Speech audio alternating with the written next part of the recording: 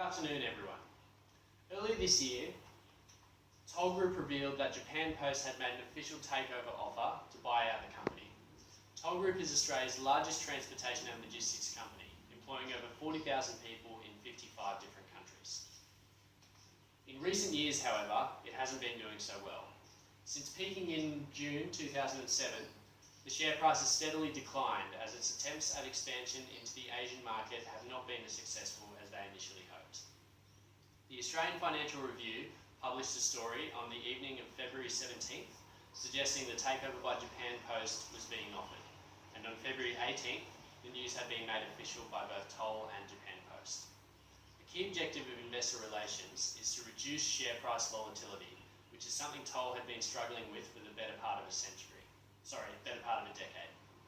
While this was a great opportunity for Toll to solidify the company and the share price, the offer could not go ahead without the shareholders' permission. Which leads us to our problem. If 75% of the shareholders of Toll throughout Australia did not vote in favour of the takeover at an investor meeting that would be held in May, the takeover would not go ahead. Toll believed this would leave it in an undesirable position, and its shareholders and employees would be adversely affected. So this left about 3 months for Toll to convince its shareholders that the takeover was a positive change for the company and its shareholders would be better off because of it. Toll first received a proposal for a takeover from Japan Post in January of this year. Japan Post stated that they were looking for a way to capitalise on the increase of parcel deliveries brought about by the rise of internet shopping, and they needed to expand their business because of the decline of traditional postal services such as mail. Japan Post President and Chief Executive Toru Takahashi told Fairfax Media, "The conventional postal business is increasingly replaced by the internet. E-commerce is driving significant increases in parcel delivery, and this is what we are focused on in the future." Japan Post offered to buy Toll Group for $9.04 a share in cash, which was 49% above what it was valued at the time of the announcement. This equated to around $6.5 billion for the company. Toll had not been valued that highly since February of 2008, which showed that Japan Post saw an opportunity for Toll to expand their business. Japan Post believed they could use Toll's established transport networks throughout Asia and the world to increase income from global parcel deliveries. So this all sounds great, which begs the question, if you were a Toll shareholder, what would have been a reason for you to vote against the takeover? The stakeholders involved in this case are relatively few that are important. The obvious parties are Toll and Japan Post.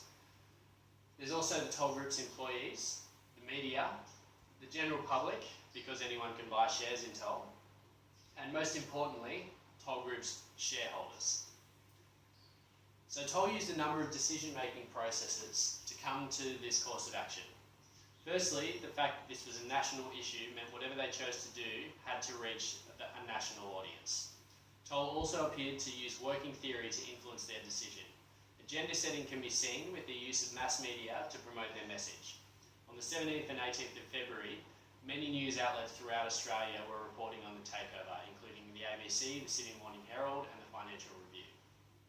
Toll also added a news section to their website specifically with information about the merger, including media releases and details of the takeover bid.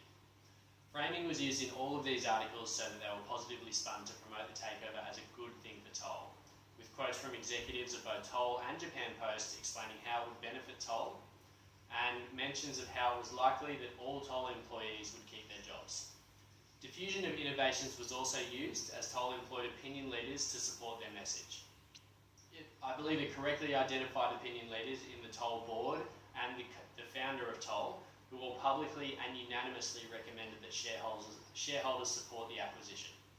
Mass media was consistently used, with 10 media releases being issued over the 3 months leading up to the shareholder vote. Okay, so we can see that mass media was used well by Toll, but what other types of communications would you have used if you were Toll to try and convince your shareholders of voting in the right direction? So, while the tactics used by Toll were ultimately successful, as the shareholders did vote in favour of the takeover recently, I believe they could have done more to ensure their success.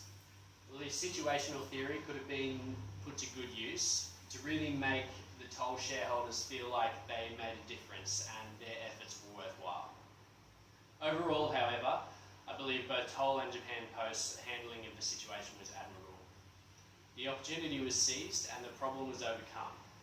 While the takeover has yet to be finalised, all the hurdles along its path have been overcome, and the news has brought a 7-year high to Toll's share price, and that's probably what is most important to all the stakeholders in the situation. So, what do you think about this? Would you be more or less likely to invest in Toll now that it's owned by Japan Post? Thanks for listening.